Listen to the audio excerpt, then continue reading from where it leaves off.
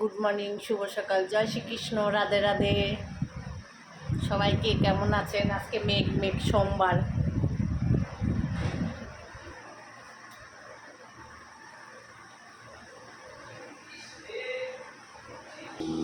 এটা হলো পাঁচফোড়ন, শুকনো লঙ্কা, তেজপাতা, তেল গরম হচ্ছে। পাঁচফোড়নটা দিয়ে দিলাম, শুকনো লঙ্কাটা দিয়ে দিলাম, তেজপাতা শুকনো লঙ্কা দিয়ে দিলাম। পাঁচফোড়নটা শুকনো লঙ্কাটা একটু হোক হালকা, তেলটা একটু জাস্ট হালকা গরম হয়ে ঠান্ডা হয়ে গেছে। এই যে নারকেল উঠিয়ে মিক্সিতে একটু হালকাই করে নিয়েছি, পিষে নিয়েছি। দেখুন গাছের নারকেল আমাদের, কিন্তু আমাদের তো গাছ আছে। আর ছোলা কচুর শাক করবো।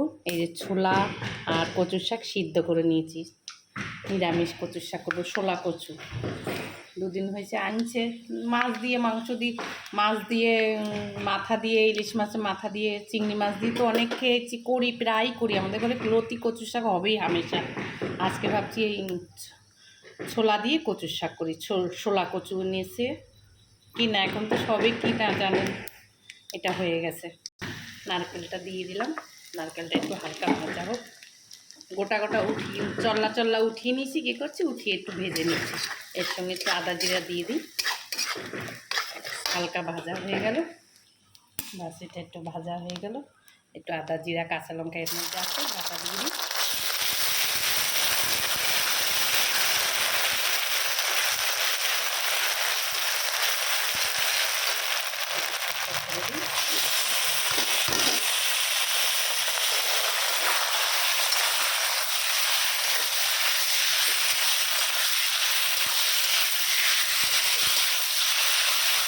তার জল মতো শুধু নুন আর হলুদ দেবো, আর কিছু দেবো না। বাঙালি মানি কচুর শাক, কচুর লতি এগুলো হবেই। দেখুন কী কী দেই। নুন, হলুদ, চিনি না দিলেই হয় না। বাঙালিরা মিষ্টি কমই খায়, কিন্তু এইসব জিনিস একটু মিষ্টি না দিলে স্বাদ আসে না, জলসা জলসা ভাব থাকে। ঝালও যেমনি দরকার, বাঙালিরা ঝাল খাবেই, আর ঝালও যেমনি দরকার তেমনি একটু নুন মিষ্টিটাও ঠিক দরকার। একটু চিনি না দিলে এইসব জিনিসে ভালো লাগবে না কচুর শাকে।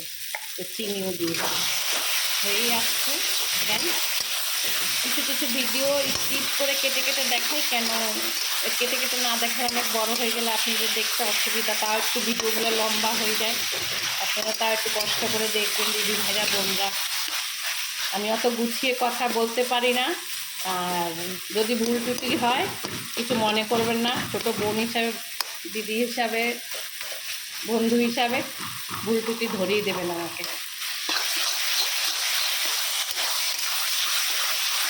এটা শুধু একটু জল মরবে, জল মরলেই জাস্ট নামিয়ে নেবে। জলটা মরুক, আর কিচ্ছু লাগবে না, সব একদম ঠিক আছে।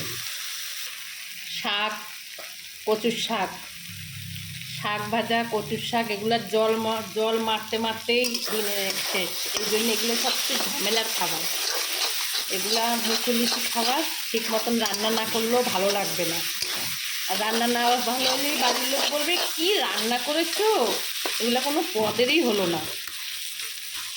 যতই তেল ঢালি এখন এই জিনিসের স্বাদ হয় না। কি করব বলুন, এমন করে মুখ ভেটকে দেবে যেন আপনি বাড়ির থেকে পালাবেন, এত কষ্ট করে রান্না করার পরে।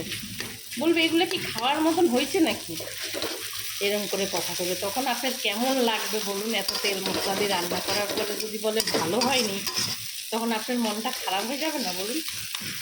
এগুলার জল মরাতে মরাতে সময় লাগে, এগুলো তাড়াতাড়ি হয় না। কচুর শাকটা হয়ে গেছে। দু টুকরা আম কেটে দিয়ে দিচ্ছি, যদি একটু হালকা গলা চুলকায়, যেটা আম কেটে দিয়ে দিচ্ছি ছোট ছোট করে, যদি গলা চুলকায় ওই জন্য এই আমটা দিয়ে দিলাম। চুলকাবে না তাও গলা, তাও একটু দিয়ে দিলাম, হালকা একটু টক টক ভালো লাগবে সামান্য। নামিয়ে দিচ্ছি, হয়ে গেছে। হয়ে গেছে। সবাই ভালো থাকবেন, রাখি, নমস্কার। প্রবাসী ভাইরা যে যেখান থেকে দেখেন আমার ভিডিওটা লাইক কমেন্ট শেয়ার করবেন।